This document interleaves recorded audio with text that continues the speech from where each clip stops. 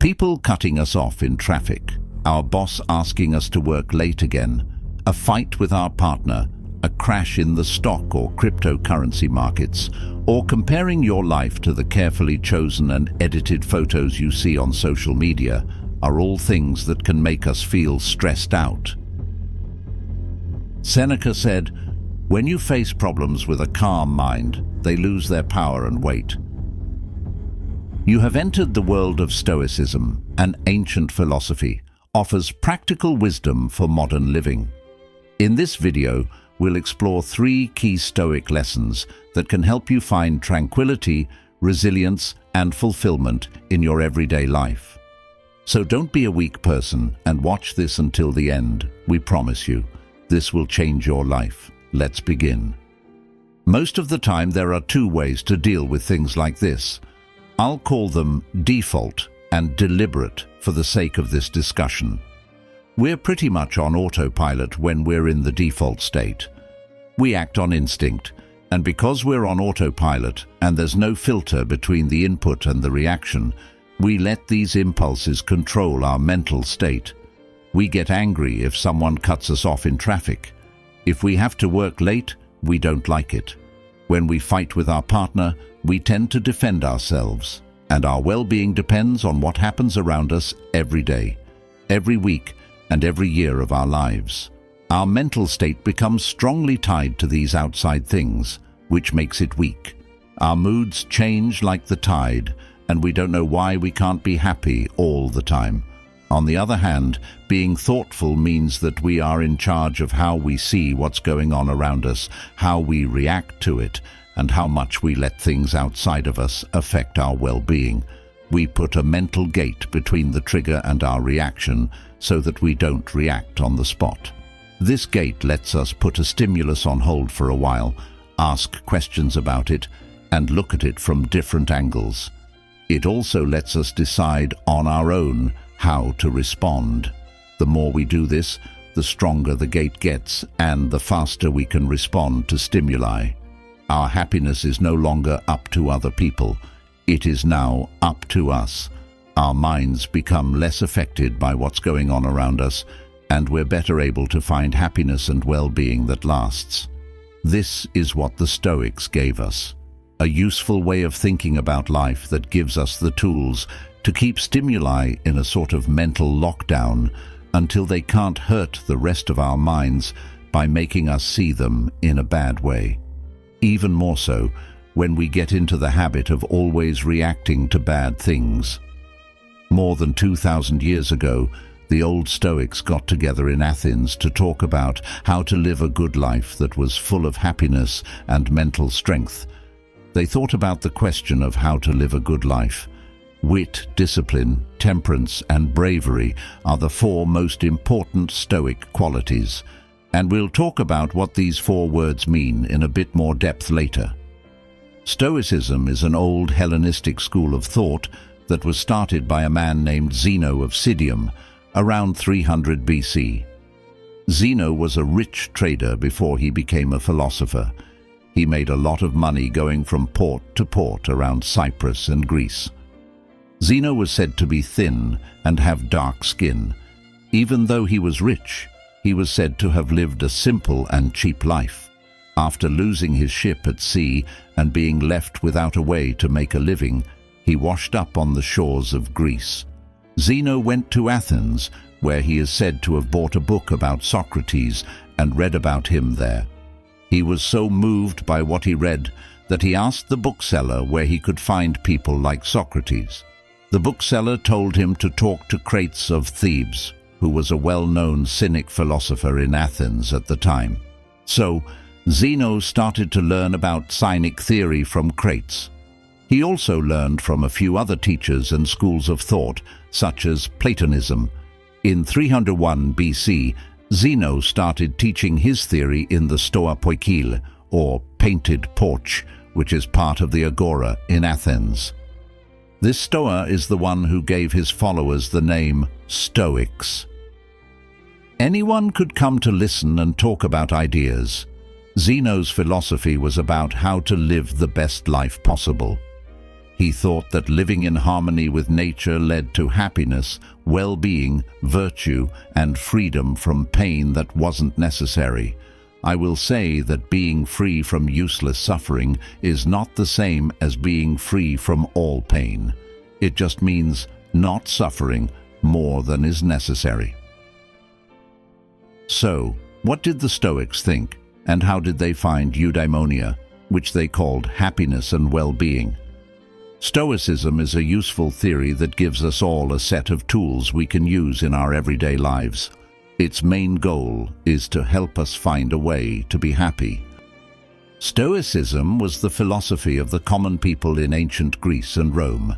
It wasn't just for learned aristocrats, thinkers who lived alone in their halls of books, or wise people who lived in silence on top of mountains. It was used by everyone from kings to troops, and both groups could use it. For the Stoics, the practical way to eudaimonia is based on a few core principles, such as being able to look at ourselves, the world, and other people with an unbiased eye and accept them as they are, instead of putting our own ideas about how they should be onto them. In general, the more difference there is between how we think something should be and how it really is, the more pain we feel. The discipline to stop letting our wants for happiness or our fear of pain and suffering run our lives, the ability to act in a wise, temperate, fair and brave way, which are all Stoic virtues, and telling the difference between things we can change and things we can't. Using this knowledge, we can take action on what we can and ignore what we can't. Stoic philosophy became one of the most popular ways of thinking in ancient Greece and Rome because it makes sense. During this time in history, war, hunger, exile, death, and illness were much more common than they are today. There were lots of ways to get hurt, and this is exactly the kind of situation where Stoic thought grows. Even though we don't live in the same world as our ancestors, we still have our own problems, and the Stoics' ideas are just as useful today as they were then. Stoic thought tells us that things don't bother us as much as how we react to them. They also teach that only our thoughts, beliefs, perceptions, and behaviors are in our power. Several things make these two ideas important. First, it tells us to be responsible for how we see things and realize that how we see things is one of the main causes of pain. Instead of just blaming the world or other people for our situation or how we're feeling, we can realize that it's up to us to make ourselves happy. Second, it makes it clear what we have power over and what we don't. Many people get hurt because we get upset about things we can't change or try to control them. And of course, this makes us feel hopeless, useless, powerless, bitter, and spiteful, which makes us feel bad and makes us suffer. But when we focus on what we can change, we start to get better at what we do. We're able to solve problems more easily and have less pain. The key is to realize that we can't change much and focus on the small piece of land we own. A farmer will have a better yield if they focus on planting, caring for, and gathering their own crops instead of worrying about their neighbor's field, which they have no control over. But instead of crops, we have our ideas, deeds, points of view, and values. The ancient Stoics used 4 core Stoic principles as a guide for their actions and as a compass to point them in the right direction in times of trouble, confusion, and making day-to-day choices. Many even went so far as to say that virtue is the way to happiness and that ethics is the most important thing for humans to know. They say this because ethics is about knowing right from wrong and living in harmony with the world around you.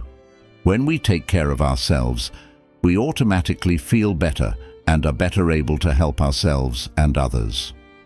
The Stoics think that people who don't have virtue are led by whatever makes them want something. Cleanthes, a Greek philosopher, once said that these people are like a dog tied to a cart that has to go wherever the cart goes instead of being pulled by their desires. The Stoics would look at a situation and decide how to act. They learned how to stop letting others pull them along, and as a result, they learned how to be happy in hard times, comfortable in bad times, and understanding of loss, part of what helps cut these strings that drag our feelings and well-being through the dirt when we feel pain, loss, or suffering is developing virtue. These Stoic traits are knowledge and seeing things for what they are, not what we want them to be. In his talks, Epictetus said, "The most important thing in life is to be able to identify and separate things so that I can tell myself clearly which things are outside of my control and which are about the choices I do have control over. So where do I look to find good and bad? Not to things outside of me that I can't change, but to the decisions I make on my own. Courage is doing the right thing in spite of fear or doubt." Seneca, a famous ancient philosopher, once said, "Of course, there are disasters that can happen to a wise man without making him weak.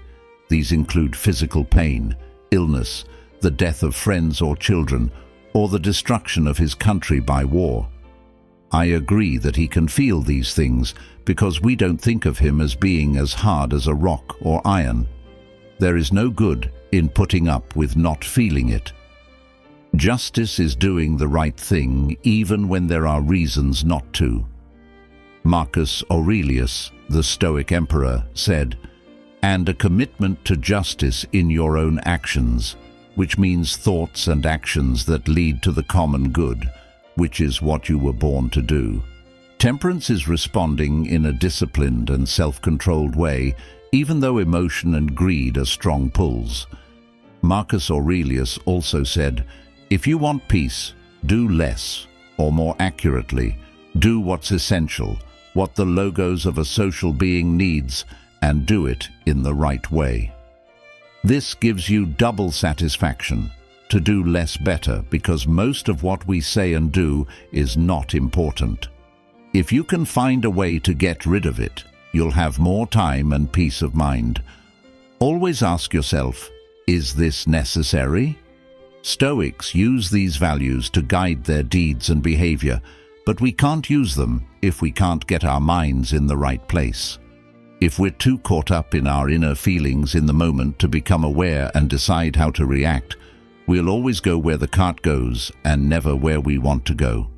Viktor Frankl, who wrote Man's Search for Meaning, wrote about stimulus and reaction.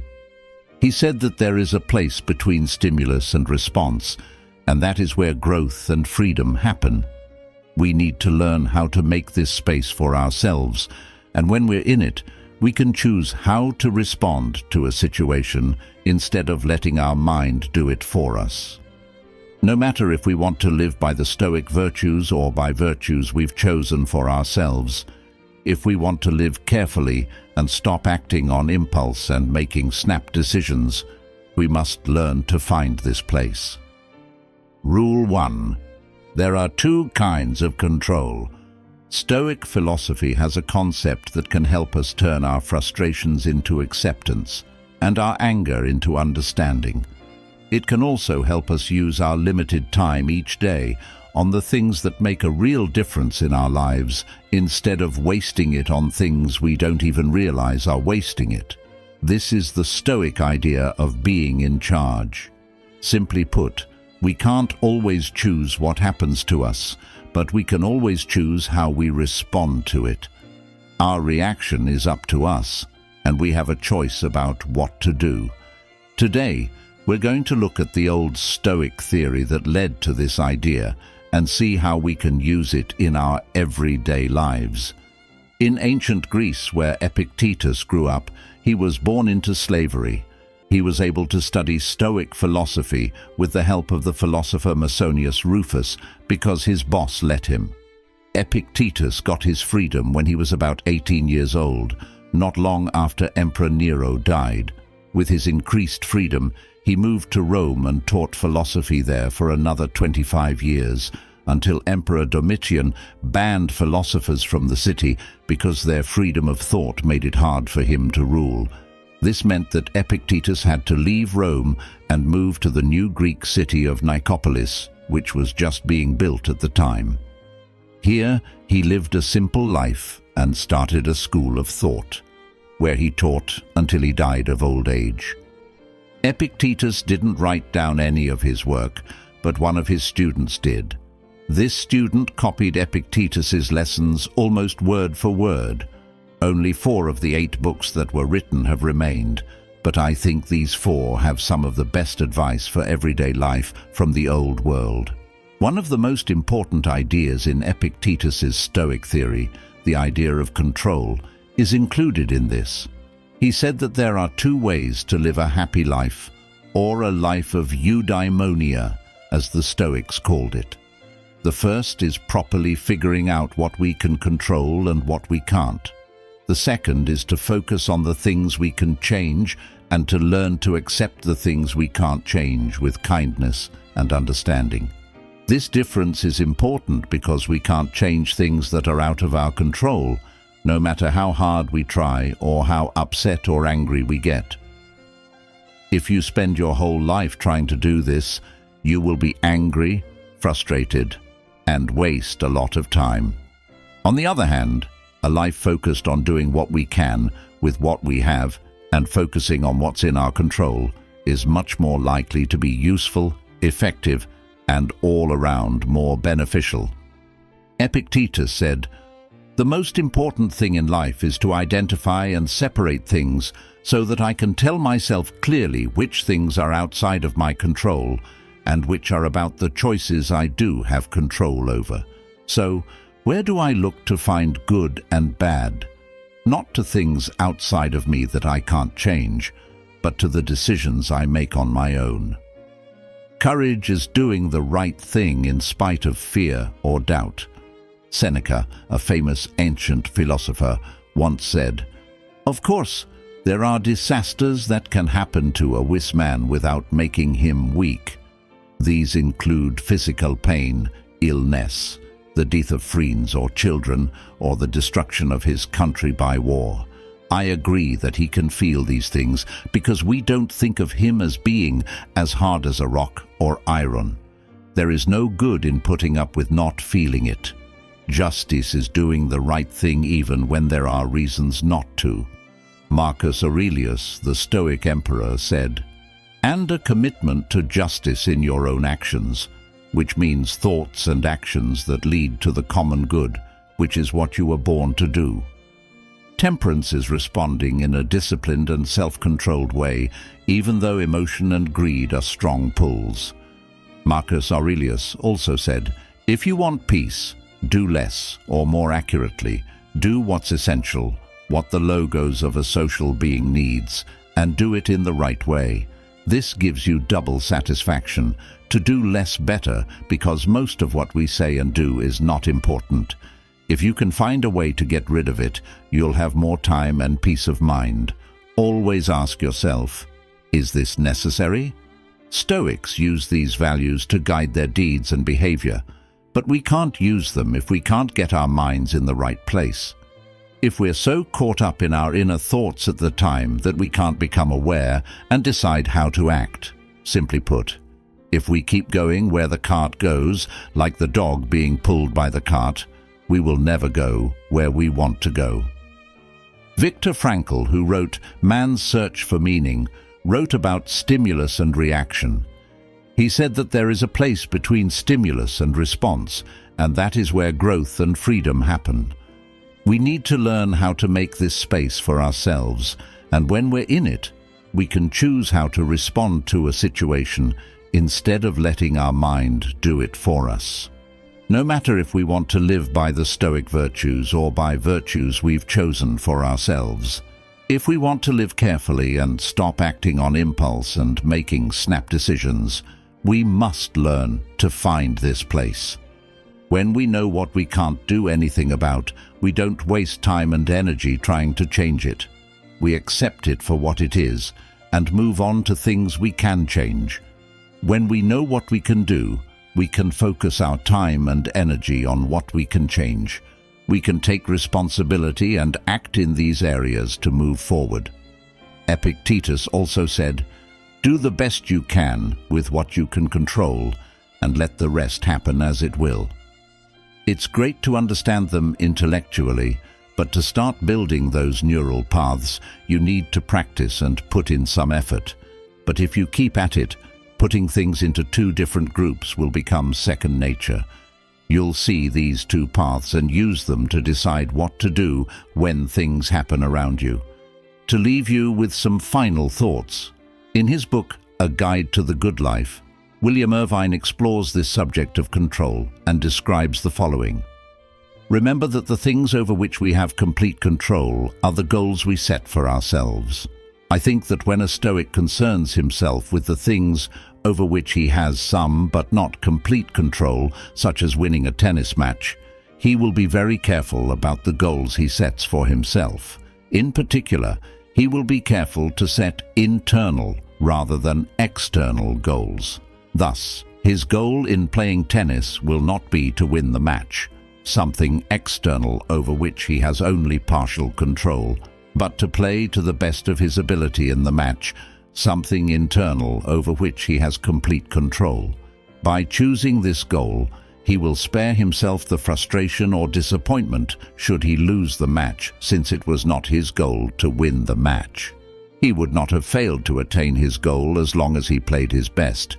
His tranquility will not be disrupted.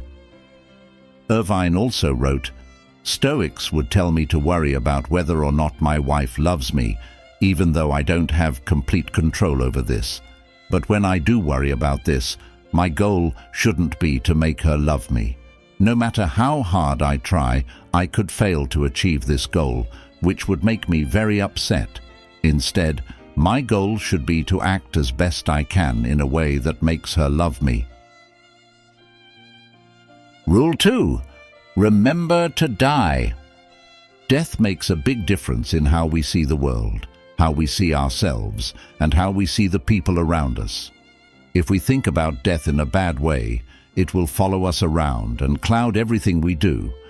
But there is a way to think about death that makes you more grateful and full of life. The Stoics use this way of thinking, and that's what we're going to talk about today.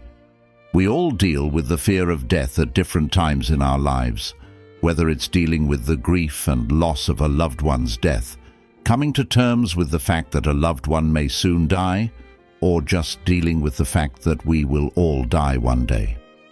Today, we're mostly going to look at Stoic philosophy to find out how we can not only get over our fear of death, but also use the fact that we're going to die one day as a way to appreciate everything around us and be grateful. This is often called memento mori, which comes from the Latin for remember your death. When you take a person down to their bare bones, our basic urge is usually to stay alive and make more of ourselves. Given that, it's clear that death is something we don't want. In fact, we don't even like to think about it. We don't like to think about it, and sometimes we don't even like to accept that it's true. Even though denying death can make us feel good, it can also keep us from getting the real benefits that come from thinking about it. After all, we're all going to die. We're all just passing through. Our time here is limited, and this life will end. Stoicism says that being aware of this fact can make a big difference in how we live. The Stoics said that we can learn how to live by always being reminded of our own deaths. Thinking about death can help us live better, happier, and more present lives, which seems to go against what we would expect. So far, we've talked about what memento mori is. Now, let's take a look at how it can do what I just said it could do. The idea of memento mori has been around for a long time, and in many places. We've already seen that the Stoics use memento mori, but it's also been used by people like the Buddhists to learn how to live better lives. As we've already said, it's a warning that you're going to die, that your time is limited, and that one day, neither you nor I will wake up to enjoy the beautiful things about life. No matter where you were born, how rich you are, or what you did with your life, you will die, at least until someone figures out how not to. And on that day, we'll have completely new philosophical questions to ask. In the end, death is just a change, and change is what the world is all about.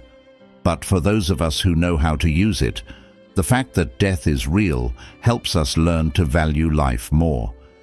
If you could think for a moment that you only have 1 week left to live, that would be great. Now let's say you have a list of things you want to do, people you want to spend time with, and places you want to visit in this last week. Most of us have a pretty short list of things we do in a week, and it usually includes the people we love, the things we love doing, and all the things we've always wanted to do but never have. This is the same idea behind Memento Mori, except we have our whole lives to live and think about death.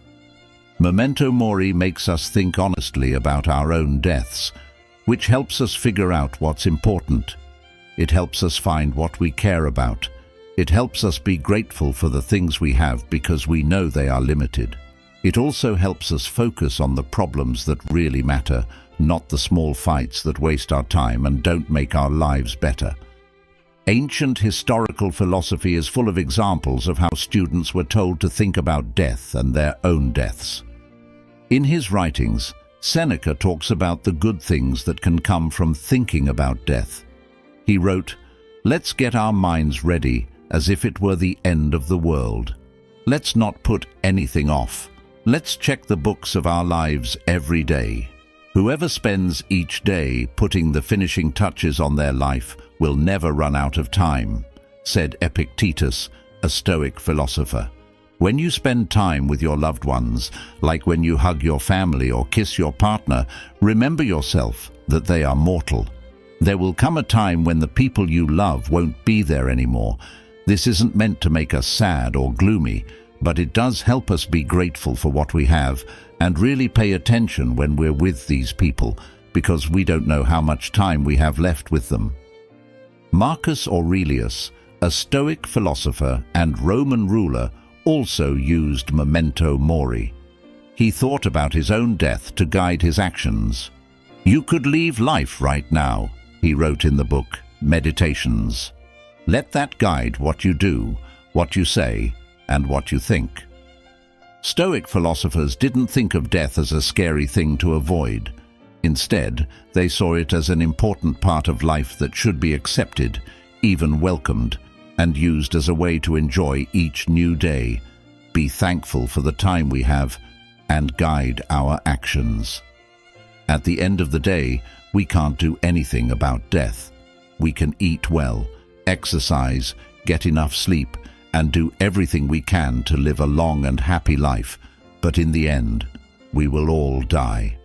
And just like with things we can't change, thinking too much and putting too much energy into this doesn't help us in the long run. Plato, probably Athens' most famous philosopher, wrote about the death of Socrates in The Death of Socrates. Socrates was known to have calmly accepted his death, and his last words were said to be about paying back a chicken bill to a close friend. Plato says that the study of philosophy is all about death. It is a way to find a way to live and a way to think about life that will help us meet death with calm and dignity. The idea of "remember that you will die" is not just a part of Western thought. It can also be found in Eastern philosophy. The samurai thought about death as a way to learn to enjoy life, get over their fears, and become better fighters. The way of the samurai is to practice death every day by thinking about where you will die, imagining the most beautiful way to die, and putting your mind firmly on death. Even though this might be very hard, it can be done if someone wants to. No one should think that something can't be done. There are similarities between the lives of people and the Japanese cherry flowers. In Japan, the pink-white cherry blossoms are a part of the culture, and you can follow them all over the country as they move with the temperature changes. The fact that the blossoms only last for a short time is a big part of what makes them so beautiful. In a similar way, The fact that life is short makes it more enjoyable. The Tibetan Buddhists have a practice called the 4 thoughts that turn the mind. One of these thoughts is contemplation of death and of our impermanence. Since the human body is made up of other things, it is inevitable that the body will die. We don't know when we will die, and we can't change it. Here it's easy to see how Buddhism and Stoicism are alike. But this Buddhist idea was meant to be thought about every day. It was done to stop us from acting like we have all the time in the world, which is what we tend to do. This important Buddhist teaching is called Maranasati, which means death awareness. It is thought to be a key part of having a better life. We can all use this tool in our everyday lives. All of this makes us realize how short our time is and makes us wonder if we are making the most of it.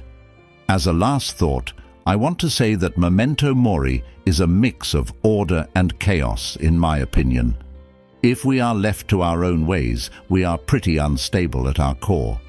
If we don't do something to stop it, our minds start to run in loops that we aren't even aware of, putting us on standby. And because modern life is so busy, it's easy for us to always have something to think about. Before we know it, we've already gotten up, eaten breakfast, gone to work, come home, turned on the TV, and gone to sleep. During that time, we're mostly just going with the flow. We haven't really paid attention to what's going on around us, and we take a lot of things for granted. This unconscious chaos can be balanced with order if we take the time to be consciously aware of what's around us, consciously aware of the moment, and consciously glad not only for the time we have, but also for the people and events that fill that time, and thankful for ourselves as well. We are often much too hard on ourselves, focusing on our mistakes and ignoring our successes. But balance isn't just being thankful for what's around us, it's also being thankful for who we are and what we've been through. This order helps us be grateful for what we have and keeps us from going on autopilot and taking everything for granted. Rule 3. Love is fate. Sometimes life can be confusing and hard to deal with. We've all had days when our work tasks, grief, pain, or any number of outside events made us feel like we couldn't handle everything. Every week, we make films here at Around Philosophy to talk about the difference between the things that cause us pain in the world and the tools we have to deal with them. It's great to see the community building around this goal. If you think it's something you'd like, feel free to subscribe and join us. So today we're going to talk about the Stoic principle of amor fati and the practice of changing how we see the things around us, from resistance and pain to acceptance, understanding, and eventually love. Ancient Stoic philosophy has a number of core practices that help people change the way they look at life. This changes their burdens, reduces their stress, and in many cases, turns things they used to see as sources of pain and difficulty into sources of strength and understanding. We'll talk about what amor fati means and how you can use it in your everyday life to keep your mental health in balance, grow, and stay healthy. Socrates once said that we are the keepers of our souls, and I hope that you'll learn some things today that will help you do just that. First of all, if amor fati means learning to love fate, what does fate mean? To be honest, this could mean a lot of different things. For me, a realistic meaning of fate in this situation is simply the way everything that has happened, is happening, and will happen comes together. All of these things happen because of the way the world works. They are set by the rules of science and what has happened before, which leads to what happens next, like complicated dominoes falling one after the other. This domino example might make you think about fate or free will, but that's not what this video is about. But if you have an opinion about free will or determinism, let me know in the comments, because I think it's an interesting subject. But getting back to fate, I don't think it has anything to do with an all-knowing global mind or anything that tries to make things happen or not happen. So, what is then amor fati? Marcus Aurelius once wrote, "Accept the things that fate ties you to, and love the people fate brings you together with. But do it with all your heart." Amor fati is a Latin phrase that roughly means love of fate. It has been used for thousands of years to describe a way of thinking or acting in which you accept and even embrace everything that has happened, is happening, and will happen. It's the way of thinking that comes from knowing and accepting that change is a part of the world, that we can't control most of it, and that without change, we wouldn't be here. We wouldn't have any connections, and we wouldn't be able to laugh, cry, love, make things, or grow. Without everything that has happened before now, and everything that is happening right now, we wouldn't be able to experience either the good or the bad things that life has to give. From this point of view, we can learn to love everything that has happened before us and everything that is going on around us. By extension, you should learn to love fate. Nietzsche wrote, "My formula for greatness in a person is amor fati," that one wants nothing to be different, not going forward, not going backward, not ever, not just accept what is necessary, nor even hide it, but love it. I think Nietzsche is saying that we shouldn't try to hide from fate, we shouldn't try to hide it, and we shouldn't try to change it. In the end, fate is not what we want it to be, but what it is. So we should just agree, but we should learn to love and welcome our fate, not just accept it. He went on to write, "For nothing is self-sufficient, neither us nor the things we know. And if our soul shook with happiness and sounded like a harp string just once, it took all of time to make this one thing happen. And in this one moment of affirmation, all of infinity was called good, redeemed, justified, and confirmed." Nietzsche seems to be saying here that when we are happy, the whole world and all of its past were needed to get us to that point. You wouldn't be here, and you wouldn't have felt that happiness if that past hadn't happened. So, if you fight, hate, or complain about fate, you are fighting against the things that gave you life. Again, the first domino has to fall for the last one to fall, just like a set of dominoes. In the same way, everything that happened in the past was necessary for you to be here right now. Thank you so much for joining us in this exploration of Stoic wisdom. Our channel is full of many more videos about Stoicism and how it can benefit you in your daily life. You should consider subscribing if you think Stoicism is something for you. It already benefits many people on our channel. A subscription will give you more insightful content on philosophy and personal development. Don't miss out on future videos that can help you lead a more meaningful life. Click that subscribe button and we'll see you in the next one.